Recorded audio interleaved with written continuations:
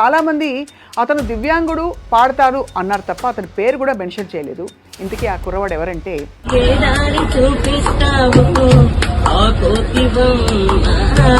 రాజు. అద్భుతమైన పాట విని సాక్షాత్తు సజ్జనార్ గారు బహుశా ఇలాంటి టాలెంట్కి గొప్ప అవకాశం వస్తే బాగుండు అని చెప్పి కీరవాణి గారిని ఉద్దేశించారు. అఫ్కోర్స్ అంతకంటే ముందు తమన్ గారు ఈ పోస్ట్ చూసి స్పందించారు.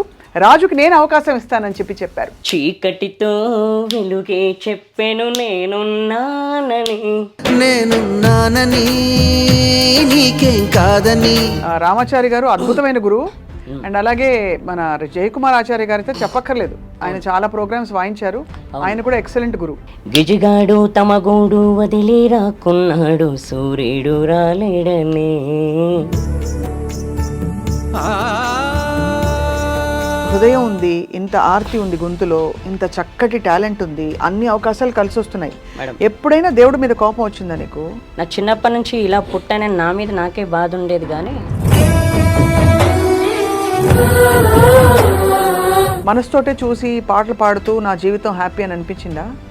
అలా అనిపించలేదు. నీ ప్రశ్నలు నీవి ఎవ్వరో బదులెవరుగా. ఎస్పి బాలు గారు అనగానే ఆయనతో నీకేం పని, ఆయనతో నువ్వేం చేస్తావు, నన్ను అట్లా అంటే ఏం చేశారంటే పిచ్చోడ్లా చూశారు. అలాగా చాలా మంది తిరస్కరించి మాటలు అన్నా కూడా గొప్ప వాళ్ళ ఆశీస్సులతో రాజు ఇంతవరకు చేరుకున్నావు కదా ఇప్పుడు. అవునండి. సో ఇప్పుడు తమన్ గారు ఎలాంటి పాట ఇస్తే హ్యాపీ? ఏ పాట అయినా పాడేస్తాను. సాహసం నీ ఇంటి పేరు, పౌరుషం నీ వంటి తీరు, నిన్ను తలుచుకున్న వారు లేచి నుంచని మొక్కుతారు. అచ్చ తెలుగు పౌరుషాల రూపం నీదయ్యా. జై బాలయ్య జై బాలయ్య జై బాలయ్య జై బాలయ్య, మా అండదండ నువ్వుంటే అంతే చాలయ్యా. ఇటీవల కాలంలో అంటే ఈ గత 1-2 రోజుల్లో మనకి ఒక కుర్రవాడు వార్తల్లోకి ఎక్కాడు. బై ద వే ఆ కుర్రవాడు దివ్యాంగుడు, కానీ చాలామంది అతను దివ్యాంగుడు పాడతారు అన్నారు తప్ప అతని పేరు కూడా మెన్షన్ చేయలేదు. ఇంతకీ ఆ కుర్రవాడు ఎవరంటే రాజు. రాజు అద్భుతమైన పాట విని సాక్షాత్తు సజ్జనార్ గారు ఏమన్నారంటే బహుశా ఇలాంటి టాలెంట్కి గొప్ప అవకాశం వస్తే బాగుండు అని చెప్పి కీరవాణి గారిని ఉద్దేశించారు. అఫ్కోర్స్ అంతకంటే ముందు తమన్ గారు ఈ పోస్ట్ చూసి స్పందించారు. రాజుకి నేను అవకాశం ఇస్తానని చెప్పారు. రాజు ఇండియన్ ఐడల్ సీజన్ 4లో కూడా ఒక స్పెషల్ పార్టిసిపెంట్గా, అలాగే పలు చోట్ల పాడుతూ తన టాలెంట్ని ప్రూవ్ చేసుకుంటూ వచ్చాడు. He is here with us today. ఇప్పుడే సజ్జనార్ గారికి థ్యాంక్స్ చెప్పడానికి వాళ్ళ ఆఫీస్కి వెళ్ళాడు. ఆయన ఏమన్నారో ఒకసారి చూద్దాం. మన రాజు ఒక సింగరు, ఆయనకు అంగవైకల్యం ఉన్నా కూడా ఆయన విజువలీ ఛాలెంజ్డ్, ఆయన అంతా ఛాలెంజ్ ఉన్న ఆయన మంచి గాయకుడు. ఆయనను వెలుగు తీసుకొచ్చిన మన ఐ డ్రీమ్స్ యాజమాన్యానికి పేరుగా అభినందిస్తున్నాను. ఎందుకంటే ఆయన చెప్తున్నారు, ఇప్పుడే గుర్తు చేస్తున్నారు, గత 3 years బ్యాక్ February 25th రోజు మీరు అందరు వెళ్ళి అక్కడ ఆయన ఇంటర్వ్యూ చేశారని చెప్పి తెలిసింది. తర్వాత వాళ్ళ గురువు రామాచారి ద్వారా కూడా మళ్ళీ ఇద్దరు కలిసి ఇంటర్వ్యూ చేశారు. ఈరోజు మళ్ళీ నాకు మా బస్లో, ఎందుకంటే మన బస్సే మనకు మొత్తము ఇది, సో ఆ బస్లో ఆయన పాట పాడారని చెప్పి శిల్ప అనే లేడీ అది పోస్ట్ చేయడము, అది నా దృష్టికి రావడము, నేను మళ్ళీ దాన్ని ట్వీట్ చేయడం ద్వారా చాలా అంటే చాలా వైరల్ కావడం జరిగింది. చాలామంది నెటిజన్స్ అంతా కూడా చాలా స్ఫూర్తిదాయకం ఉందని చెప్పి వాళ్ళు రీట్వీట్ చేయడము, చాలామంది రీపోస్ట్ చేయడము, ప్లస్ చాలామంది నాకు వాట్సాప్లో కూడా మెసేజ్ పంపించారు. చాలా స్ఫూర్తిదాయకం అయింది. ఈరోజు ఆయనను నా దగ్గర తీసుకొచ్చారు. నాకు ఆయన కల్పించినందుకు ఐ డ్రీమ్స్ యాజమాన్యాన్ని కూడా నేను పేరుగా ధన్యవాదాలు తెలుపుతున్నాను. వెల్, చూశారు కదా. సో రాజుతో మాట్లాడదాం, రాజుతో బోల్డ్ అని పాటలు పాడదాం. Raju, welcome to iDream. Thank you madam, thank you very much. నీకోసం పాట పాడినా?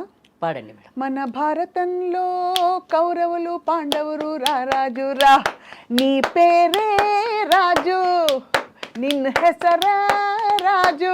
Super. Thank you madam, thank you very much. Thank you. సరే రాజు, చాలా బాగా పాడుతున్నావు. తాళం అయితే అసలు అద్భుతం. థ్యాంక్ యూ మేడం. ఎక్కడ నేర్చుకున్నావు? నేను ప్రస్తుతానికి జయకుమార్ సార్ దగ్గర మృదంగం నేర్చుకుంటున్నాను మేడం. సండే వచ్చేసి రామాచారి సార్ దగ్గర లైట్ మ్యూజిక్ నేర్చుకుంటున్నా. సూపర్. అంటే నా చిన్నప్పటి నుంచి నేను ఎవరి దగ్గర నేర్చుకోలేదు మేడం. నేర్చుకున్నప్పటి నుంచే నాకు ఇలా అలవాటు అయిపోయింది. వావ్. నాకు నా చిన్నప్పుడు నా దగ్గర రేడియోలు, టీవీలు ఏమీ లేవు. నేను పుట్టగానే నాకు ఏవి లేవు కాబట్టి ఇక్కడ ఈ చుట్టుపక్కల టేప్ రికార్డు వచ్చేవి. టేప్ రికార్డులు పెట్టేవారు. వాళ్ళు ఏం చేస్తారంటే ఆ టేప్ రికార్డుల గోడ మీద కూర్చొని అట్లా వింటూ ఉండేవాడిని. అది ఇలా వాయిస్తూ ఉండేవాడిని మామూలుగా. ఒక కెరస్నాయిల్ డబ్బా, రూపాయి బిళ్ళ మేడం, నా దగ్గర అప్పుడు ఇన్స్ట్రుమెంట్స్ అనేవి నాకు తెలియదు. అలా వాయిస్తూ అలా అక్కడ పాటలు వింటూ ఇక్కడ నేను మామూలుగా పాడుకుంటూ ఉండేవాడిని. అదే అవును, ఏదో మామూలుగా నేను అట్లా టైంపాస్కి అట్లా పాడుకుంటూ ఉండేవాడిని. అట్లా డైలీ డైలీ డైలీ అలవాటు అయింది. కొద్ది రోజుల తర్వాత కెరసనాయిల్ డబ్బా పోయింది మేడం. పోతే ఆ తర్వాత దీంతోనే ఇంకా అలవాటు అయిపోయింది, ఇదే ఇన్స్ట్రుమెంట్. ఎలా వస్తుంది చెప్పా, అంత సౌండ్ ఎలా వస్తుంది అబ్బా? అంటే మామూలుగా ఇది ఇలా ఇలా వస్తుంది మేడం, దాన్ని ఇలా పట్టుకుంటే ఇలా వస్తుంది. నీకు భలే వస్తుంది సౌండ్, నాకైతే ఎలా అన్నా కూడా రావట్లేదు. అంటే మామూలుగా నాకు అలా అలవాటు అయిపోయింది మేడం. నిజంగా అది ఇలా వాయించడం అలవాటు అయిపోయింది. ఇంకా దీంతోనే ప్రాక్టీస్ చేస్తూ ఉన్నా. ఇంక ఇదే అలవాటు అయిపోయింది. అంటే ఈ మధ్య నేర్చుకున్నాను కానీ అప్పుడు లేదు, అప్పుడు నేర్చుకోలేదు. గొప్ప గురువుని పట్టావు నిజంగానే రాజు. అవునండి. రామాచారి గారు అద్భుతమైన గురువు. అండ్ అలాగే మన జయకుమార్ ఆచార్య గారితో చెప్పక్కర్లేదు, ఆయన చాలా ప్రోగ్రామ్స్ వాయించారు. ఆయన కూడా ఎక్సలెంట్ గురువు. అవునండి. సో ఇప్పుడు ఎంతవరకు మరి నువ్వు అంటే ఎలా నేర్చుకుంటున్నావు సంగీతం? అంటే డైలీ అమ్మ తీసుకెళ్తుంది మేడం. ఇప్పుడు అమ్మ నేను తీసుకొచ్చారు కదా? అవును, అమ్మ తీసుకొచ్చారు. అమ్మ ఇక్కడే ఉన్నారు. అవునండి, డైలీ అమ్మ తీసుకెళ్తారు. సండే కూడా అమ్మే తీసుకెళ్తారు. ఇంకేమైనా ప్రోగ్రామ్స్ అయితే కూడా అమ్మే తీసుకెళ్తారు. ఇవాళ సజ్జనార్ సార్ దగ్గరికి వెళ్ళి ఎట్లా అనిపించింది రాజు? ఆయన అసలు ఏమనుకున్నా మేడం, ఆయన చూసిన తర్వాత ఈరోజు చాలా బాగా మాట్లాడారు. నీకు ఇంత టాలెంట్ ఉంది, ఇంత బాగా పాడుతున్నావు, నేను కూడా చూశాను, ట్రీట్ చేశాను, చాలా చాలా బాగా పాడుతున్నావు అబ్బాయి, నువ్వు ఎక్సలెంట్ పాడుతున్నావు అని చెప్పారు. నేను చాలా మెచ్చుకున్నారు ఆయన ఈరోజు. నా అదృష్టం మేడం ఆయనను కలవడం. ఈ ఐ డ్రీమ్ వాళ్ళకు ఆయన నా తరఫున థ్యాంక్స్, నాకు ఛాన్స్ ఇప్పించినందుకు. ఇంకోటి మేడం, నా బాధ ఏంటంటే అప్పుడు నా చిన్నప్పుడు నేను పుట్టి పెరిగిన తర్వాత, నేను పుట్టింది 1989లో అండి. నేను పుట్టిన తర్వాత నాకు ఏది లేకపోయినా నాకు ఇక్కడ టేప్ రికార్డ్స్ అవి ఉండే కాబట్టి అలా ఇలా పాడుతూ ఉండేవాడిని. కానీ అందరూ వచ్చారు, ఊర్లో అందరూ చూశారు, కానీ అప్పట్లో ఎంకరేజ్మెంట్ లేదు, సపోర్ట్ లేదు. ఎంకరేజ్మెంట్ లేక ఇంకెవరిని అడుగుతాంలే అని చెప్పేసి ఇంకెవరిని అడగల. మామూలుగా కొంతమంది వచ్చేవాళ్ళు, పాడించుకునేవాళ్ళు, వెళ్ళిపోయారు, అంతేగాని విలేజ్ కదా. అవునవును, విలేజ్ అంటే ఎట్లా ఉంటుందంటే ఆ టైంలో ఎవరు పట్టించుకోరు, ఎవరు కూలి పనులు అవి చేస్తుంటారు కదా, పట్టించుకోరు. ఇంకా ఆ తర్వాత మెల్లమెల్లగా కొంచెం బయటకు వెళ్ళడం స్టార్ట్ చేస్తే, ఆ తర్వాత ఒక వ్యక్తి సోంభూపాల్ రెడ్డి అని అతను పరిచయం అయ్యాడండి 2008. అతను పరిచయం అయ్యి ఈ 2009లో కర్ణాటక వోకల్లో జాయిన్ చేశారు బుచ్చయ్యాచారి సార్ దగ్గర. అక్కడ నుండి మళ్ళీ ఇక్కడ మృదంగంలో జయకుమార్ సార్ దగ్గర జాయిన్ చేశారు. అతనే రామాచారి సార్ దగ్గర 2011లో అతనే జాయిన్ చేశాడు. జాయిన్ చేస్తే ఈ అబ్బాయిని ఎవరు తీసుకెళ్తారో, నేను వీడికి ఛార్జీ ఖర్చులు అయితే నేను ఇస్తా, ఎవ్రీ సండే తీసుకున్నానంటే అమ్మకు తెలియదని చెప్పేసి 5-6 వారాలు వచ్చారు నాతో పాటు. వచ్చి తీసుకెళ్లారు ప్రతి ప్రోగ్రామ్కు. అంటే నేను సంగీతం నేర్చుకోక ముందు కూడా ప్రతి ప్రోగ్రామ్స్కి వచ్చేవాడు అతను. ప్రతి ప్రోగ్రామ్స్కు, ఏ ప్రోగ్రామ్ అయితే ఆ ప్రోగ్రామ్కు తీసుకొచ్చేవాడు. అతను ఒక కాలేజీ స్టూడెంట్ అండి. అప్పుడు అతను ఏంటంటే కాలేజీకి వెళ్ళాలి, రావాలి, ఇది తప్ప వేరే ఏం లేదు. కానీ నన్ను చూసుకునేవాడు ఆయన. ఇంకా మరి కాలేజీ ఎట్లా చదివాడో తెలియదు, కానీ ఏదైనా ఇట్లా ప్రోగ్రామ్ అవుతుందన్న అంటే కాలేజ్ వదిలేసుకొని కూడా నాతో పాటు తిరిగాడు అతను. మామూలుగా ఇప్పుడు మీరు చూడండి, బయట ఎవరు అంతా చేయరు, కష్టం. మీరు జర్నలిస్ట్, మీరు కూడా చూస్తుంటారు, బయట జరిగేవి మీకు కూడా తెలుస్తూ ఉంటాయి కాబట్టి. అవును, అట్లా ఎవరు చేయరు. కానీ అతను కాలేజ్ కూడా వదులుకొని నా కోసం తిరిగాడు. అంత కష్టపడ్డాడు. అదృష్టం కదా. అవునండి, నా అదృష్టం నిజంగా. కానీ రాజు, యువర్ అద్భుతమైన టాలెంట్. రాజు, ఒక పాట పాడమని అడగచ్చా? అడగండి. అయ్యో, మీరు అడగడం నేను పాడకపోవడమా? సరే, మంచి నీకు ఇష్టమైన పాట రాజు.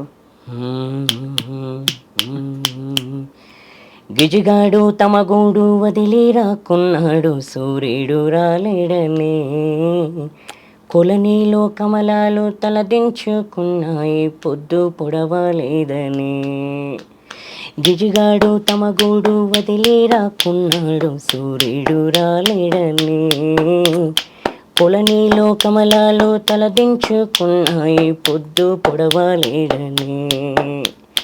గారాల మల్లమ్మ కళ్ళే తెరవాకుంది, తెలవారలేదే అని. నువ్వైనా చెప్పన్నా సూర్యుడికి రాజన్న, విండెక్కి లేలేమని. బండెక్కి తన 7 గుర్రాల బండెక్కి పండక్కి రారమ్మని. బతుకమ్మ పండక్కి రారమ్మని, పండక్కి రారమ్మని. బతుకమ్మ పండక్కి రారమ్మని. తారరీరా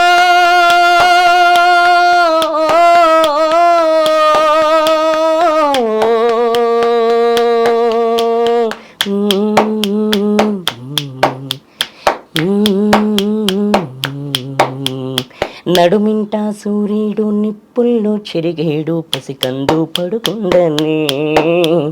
నడుమింట సూర్యుడు నిప్పుల్లో చెరిగేడు, పసికందు పడుకుండని. నువ్వైనా చెప్పన్నా సూర్యుడికి రాజన్న, మబ్బు చాటుకి రమ్మని. నా బిడ్డకి రవ్వంతాలకిమ్మని. కంటికి రెప్పల కాచుకున్నా గాని నీ మీదే నా కంటి చూపు. నువ్వైనా చెప్పన్నా మల్లమ్మకు రాజన్న, ఇల్లు దాటి పోవద్దని. దయచేసి నీ దరికి రావద్దని. ఇల్లు దాటి పోవద్దని, దయచేసి నీ దరికి రావద్దని.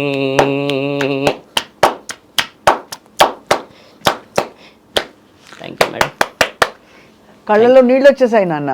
Thank you. ఎంత ఎంత ఆర్తి ఉంది వాయిస్ లో నీకు.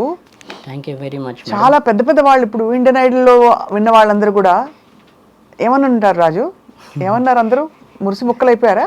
తప్పక. అవును మేడం, చాలా నిజంగా నిజంగా హ్యాపీ, సంతోషపడిపోయి ఉంటారు ఎంత మంచి వాయిస్ విని. అవును అవును మేడం, నిజంగా చాలా. రాజు, మరి ఇన్ని పాటలు నేర్చుకుంటూ క్లాసికల్ కూడా నేర్చుకున్నావు కదా, కచేరీలో ఏమైనా చేసావా ఎప్పుడైనా? నేను కచేరీలకు వెళ్ళలేదు మేడం. ఇప్పుడు ప్రస్తుతానికైతే రామాచారి సార్ ప్రోగ్రామ్స్ అయితే వెళ్తా. అక్కడ పాడతావా? వాళ్ళతో పాడతా. రవీంద్ర భారతి, చిక్కడపల్లి త్యాగరాయ గాన సభ, రవీంద్ర భారతి అండ్ చిక్కడపల్లి త్యాగరాయ గాన సభ, సుందరయ్య విజ్ఞాన పార్క్, ఇక్కడికి వెళ్తుంటాను. వాళ్ళు అంటే అమ్మే తీసుకెళ్తుంది. ఎల్ఎంఏ అమ్మ అక్కడి నుంచి ఇందాక నుంచి చూస్తున్నారు. అవునండి, తీసుకెళ్తారు. నీ పాట విని అమ్మ ఏమంటుందో? అమ్మ ఏమంటావు అట్లా అలా అంటారు. అమ్మ చాలా రెస్పాన్సిబిలిటీ, ఆవిడే తీసుకొస్తారు, తీసుకెళ్తారు. ఇంకెవరెవరు మీకు నీకు అన్నదమ్ములు అక్క చెల్లెళ్ళు ఉన్నారా? 3 అక్కలు 1 చెల్లి మేడం. 3 అక్కలు 1 చెల్లి. అయితే వాళ్ళందరి పెళ్ళిళ్ళు అయిపోయాయి. ప్లస్ మా బావ వచ్చేసి కానిస్టేబుల్. ఓహో, కానిస్టేబుల్. ఒకప్పుడు మాదాపూర్లో చేశారు, ఇప్పుడు శంషాబాద్ పాత పిఎస్, మళ్ళీ ఇప్పుడు తర్వాత అరంగడ్ మైలాదేవులపల్లిలో చేస్తున్నారు. వాళ్ళు మా ఇంటి దగ్గర ప్లాట్ తీసుకున్నారు, ఇంకా ఇక్కడే ఉంటున్నారు. మమ్మల్ని వాళ్ళే చూసుకుంటూ చక్కగా. అవునండి, అందరు కుటుంబం కలిసిమెలిసిగా ఉంటున్నారు చక్కగా. అవునండి. నీ టాలెంట్ చూసి వాళ్ళు కూడా చాలా మురిసిపోయి ఉంటారు. అవునండి, చాలా చాలా ఎంకరేజ్ చేస్తారు. వాళ్ళు కూడా చేస్తుంటారు. ఇప్పుడు వాళ్ళ ఎంకరేజ్మెంట్ లేనిది లేము. అది ఎప్పుడైతే పెళ్ళయిందో ఎదురు చూస్తుంటారు, అరే వీడికి ఏమన్నా ఛాన్స్ వచ్చింటే బాగుండు, ఎప్పుడు పాడతాడు, అక్కడిక్కడ ఎదురు చూస్తుంటారు వాళ్ళు. అది నిజంగా నా అదృష్టం మేడం. ఎందుకంటే వీళ్ళు కూడా ఎంకరేజ్ చేయడం. మా చెల్లి, మా బావగారు కూడా ఏదైనా నేను ప్రోగ్రాంకి వెళ్ళకపోతే నేను అన్నం తినను, నేను ఏదైనా అలుగుతానని చెప్పేసి మా అమ్మగారితో పాటు మా బావ, మా చెల్లికి కూడా అలవాటు, తెలిసిపోయింది అది ఆ విషయం. సో అట్లా వాళ్ళు నిన్ను ఎంకరేజ్ చేస్తూ చూసుకుంటున్నారు చక్కగా. అవునండి, బాగా చూసుకుంటున్నారు. రాజు, నీకు ఇంత హృదయం ఉంది, ఇంత ఆర్తి ఉంది గొంతులో, ఇంత చక్కటి టాలెంట్ ఉంది, అన్ని అవకాశాలు కలిసి వస్తున్నాయి. ఎప్పుడైనా దేవుడి మీద కోపం వచ్చిందా నీకు? మేడం నాకు అలాంటిది ఏం లేదు మేడం. ఎప్పుడు దేవుడి మీద ఎవరి మీద కోపం రాలేదు. ఎందుకంటే నా చిన్నప్పటి నుంచి ఇలా పుట్టానని నా మీద నాకే బాధ ఉండేది కానీ దేవుడి మీద మాత్రమే, నాకు ఎవరి మీద కోపం వచ్చేది కాదు. నేను ఎప్పుడైతే ఇలా పుట్టానో కానీ అనుకుంటూ ఉండేవాడిని, నాకు తెలియదు అసలు అప్పుడు ఆ టైంలో తెలియదు. ఎవరన్నా తీసుకెళ్తే వెళ్ళాలి చేయాలి, ఇంట్లోనే కూర్చునేవాడిని కదా, బయట ఫ్రెండ్స్ ఎవరిని కలిసేది లేదు, ఇంట్లోనే ఉండాలి. ఇలా ఎన్నాళ్ళు అని అనుకునేవాడిని కానీ సింగింగ్ ఒక పాట ఛాన్స్ రావాలనుకున్నాను కానీ నేను ఎప్పుడు కానీ ఎవరిని తిట్టుకోలేదు. సో నువ్వు పుట్టుక నుంచే నీకు ఇలా ఉండింది, అంటే నీకు దివ్యాంగుడివే కదా నాన్న? అవునండి. సో ఎప్పుడు నీకు అనిపించలేదా ప్రపంచాన్ని చూడాలనే ఒక తపన ఉంటుంది కదా, మనసుతో చూస్తున్నావు నువ్వు? అనిపించిందండి. నేను అనుకునేవాడిని, ఇప్పుడు మామూలుగా అందరూ ఆడుకుంటుంటారు కదండి, అవును, ప్రపంచాన్ని చూడాలని అనిపించింది. చూడాలి ఇట్లా అప్పుడప్పుడు అనిపించింది, ఎందుకు ఇలా పుట్టాను, అసలు ఎందుకు ఇలా ఉన్నాను, అసలు అందరూ ఆడుకుంటున్నారు, అందరూ చిన్నపిల్లలు కదా, నేను కూడా చిన్నపిల్లని అప్పుడు ఆ టైంలో, అందరూ ఆడుకుంటున్నారు చేస్తున్నారు, నేను ఎందుకు ఇలా ఉన్నానని నాకు అనిపించింది. కానీ అనిపిస్తే ఏం చేస్తాం, అలా అని చెప్పేసి కొంతమంది ఒక యాడ్ ఇచ్చారు మేడం, ఇట్లా ఎల్వి ప్రసాద్ హాస్పిటల్లో ఇట్లా చూపు వేస్తారని చిన్న యాడ్ ఇస్తే నేను నా ఫ్రెండ్కి చెప్తే నా ఫ్రెండ్ వచ్చాడు 2009లో, కాలేజీ మానేసుకొని మరీ వచ్చాడు. వచ్చి అక్కడ ఎల్వి ప్రసాద్లో అక్కడ హాస్పిటల్ అన్ని ఏర్పాట్లు చేశాడు. ఉదయం 10 గంటలకు తీసుకెళ్ళాడు, అక్కడ చెక్ చేశారు. చెక్ చేసిన తర్వాత మధ్యాహ్నం లంచ్ టైంలో చెక్ చేశారు 1 o'clock. మళ్ళీ సాయంత్రం 6 o'clock చెక్ చేసి రావని చెప్పేశారు. ఇంకా కంటి చూపు రాదని చెప్పేశారా? రావని చెప్పేశారు. మరి అప్పుడు నీకేమనిపించింది? మనసుతోటే చూసి పాటలు పాడుతూ నా జీవితం హ్యాపీ అని అనిపించిందా? అలా అనిపించలేదు మేడం, వచ్చి ఉంటే బాగుండేది అనిపించింది. అయ్యో తండ్రి. ఎందుకంటే మామూలుగా ఏంటంటే నేను చిన్నప్పటి నుంచి చూపు ఉంటే ఎక్కడికైనా వెళ్ళేవాని కదా, కానీ ఎవరినైనా కలిసేవాని కదా.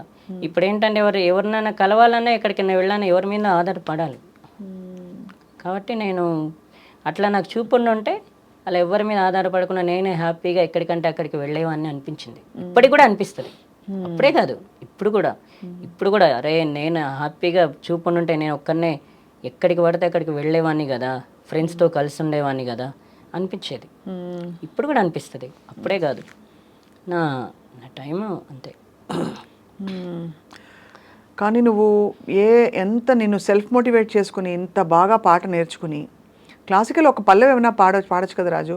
కరుణా జలధే దాశరథే కమనీయానన సుగుణనిధే కరుణా జలధే దాశరథే కమనీయానన సుగుణనిధే కరుణా జలధే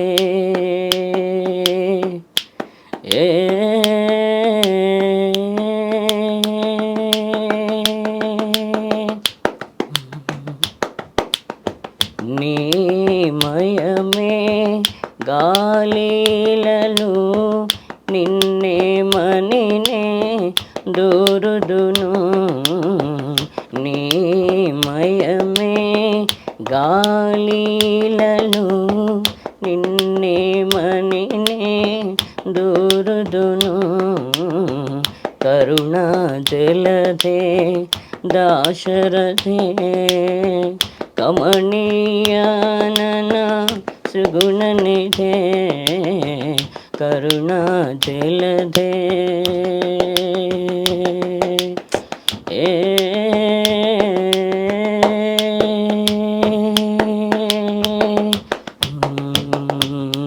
భాగవత ప్రహ్లాదహిత భావుక త్యాగ రాజనుత భాగవత ప్రహ్లాదహిత భావుక త్యాగ రాజనుత కరుణా జలధే దాశరథే కమనీయానన సుగుణనిధే కరుణా జలధే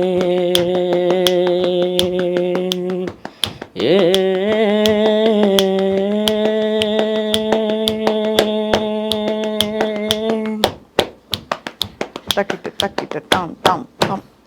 super. Thank you madam, thank you very much. నీ ఫేవరెట్ సింగర్ ఎవరు రాజు? నా favourite singer SP Balu sir.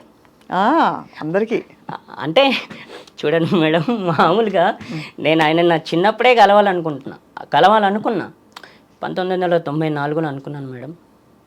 1994లో నేను ఆయనను కలవాలనుకున్నా, అంటే రేడియో వచ్చిన తర్వాత కలవాలనుకుంటే అక్కడ ఏం చేశారంటే చిన్న చూపు చూశారు నన్ను.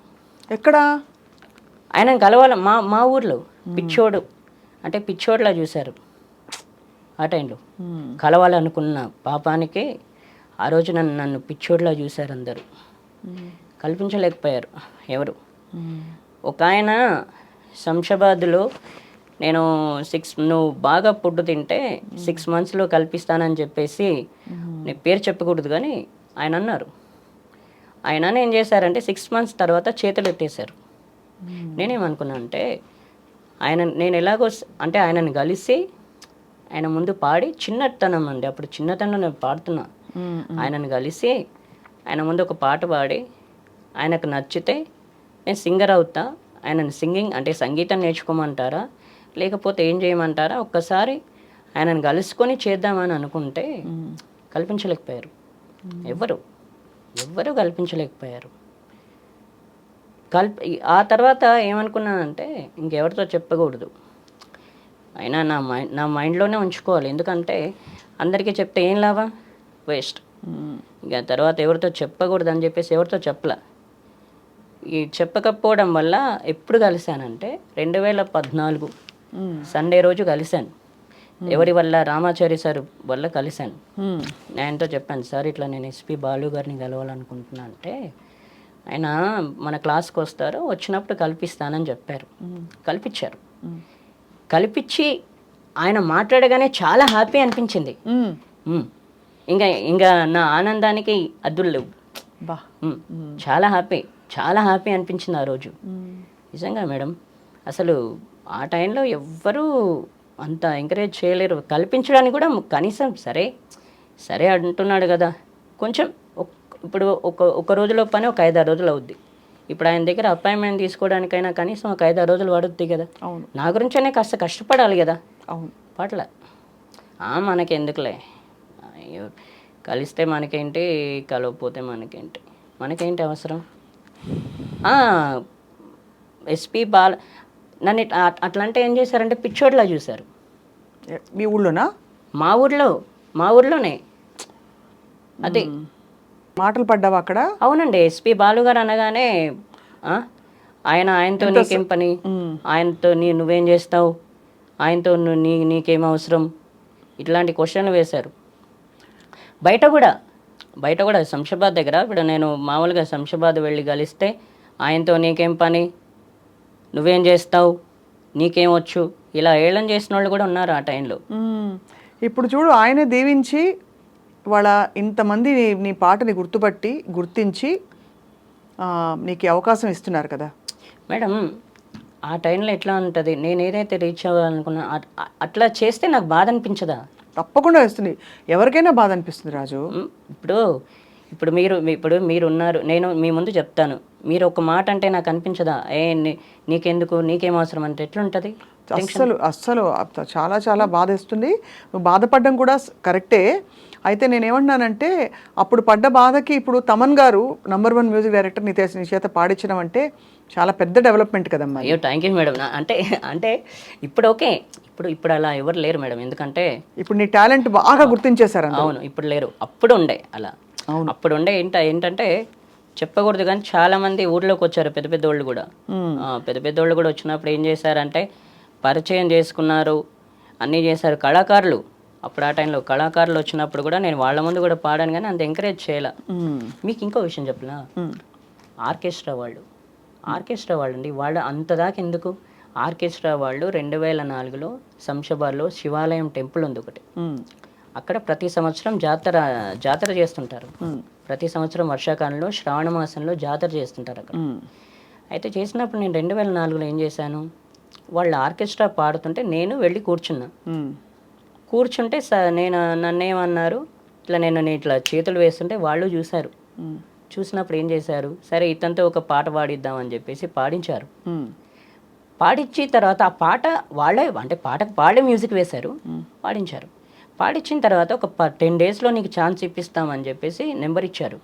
అప్పుడు నా దగ్గర సెల్ ఫోన్ లేదండి, ల్యాండ్ లైన్. ఊళ్ళోకి వెళ్ళాలి, ల్యాండ్ నుంచి ఫోన్ చేయాలి.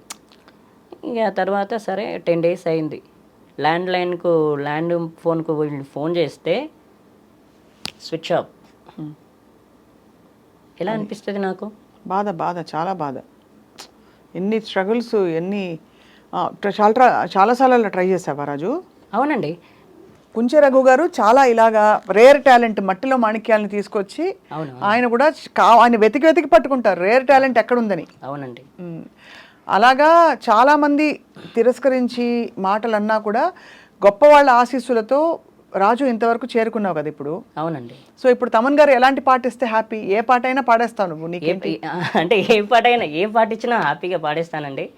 మాస్ ఇచ్చినా, ఏది ఇచ్చినా, మెలోడీ ఇచ్చినా, ఏది ఇచ్చినా సరే హ్యాపీగా పాడేస్తా. సో అయితే మరి ఈ మంచి శుభ సందర్భాన్ని పురస్కరించుకుని నేను ఒక ప్రశ్న అడుగుతాను, ఒక పాట అడుగుతాను. చెప్పండి. ఓకే, మనం కన్క్లూడ్ చేసేలోపు ఓకే.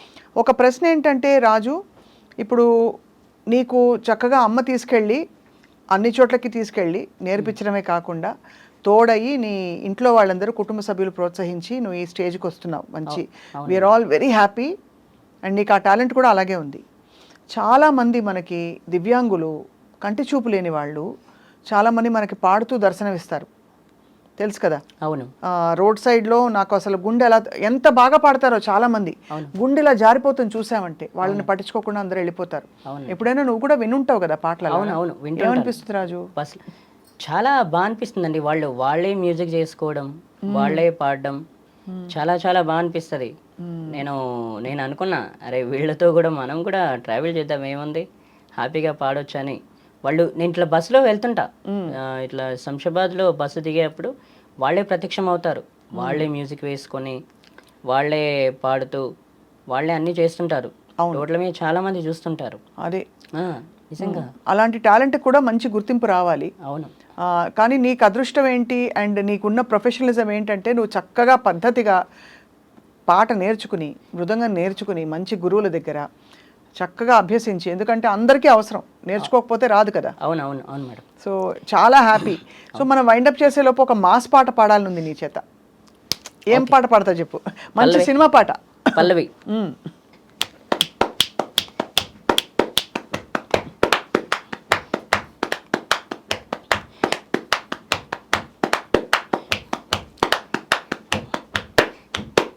సాహసం నీ ఇంటి పేరు, పౌరుషం నీ వంటి తీరు, నిన్ను తలుచుకున్న వారు లేచి నుంచని మొక్కుతారు. అచ్చ తెలుగు పౌరుషాల రూపం నీదయ్యా, అలనాటిమేటి రాయలోరు తేజం నువ్వయ్యా.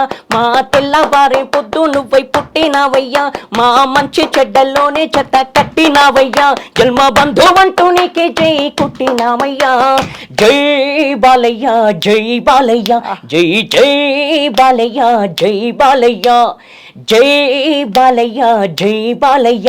మా అండదండ నువ్వుంటే అంతే చాలయ్యా. జై బాలయ్య, జై బాలయ్య, జై జై బాలయ్య, జై బాలయ్య, జై బాలయ్య, జై బాలయ్య. మా అండదండ నువ్వుంటే అంతే చాలయ్యా. సాహసం నీ ఇంటి పేరు, పౌరుషం నీ వంటి తీరు, నిన్ను తలుచుకున్న వారు లేచి నుంచని మొక్కుతారు. Super madam. కీర్తన కొండలలో నెలకొన్న కోనేటి రాయడు వాడు,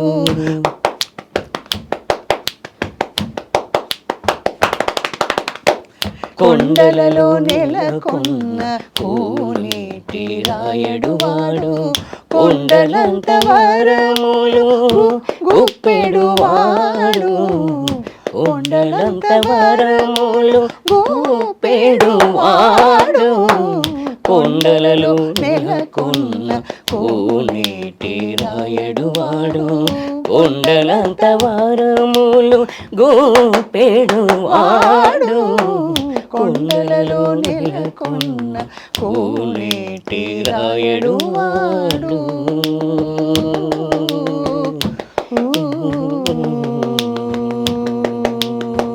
శభాష్, అద్భుతం అద్భుతం రాజు. Thank you.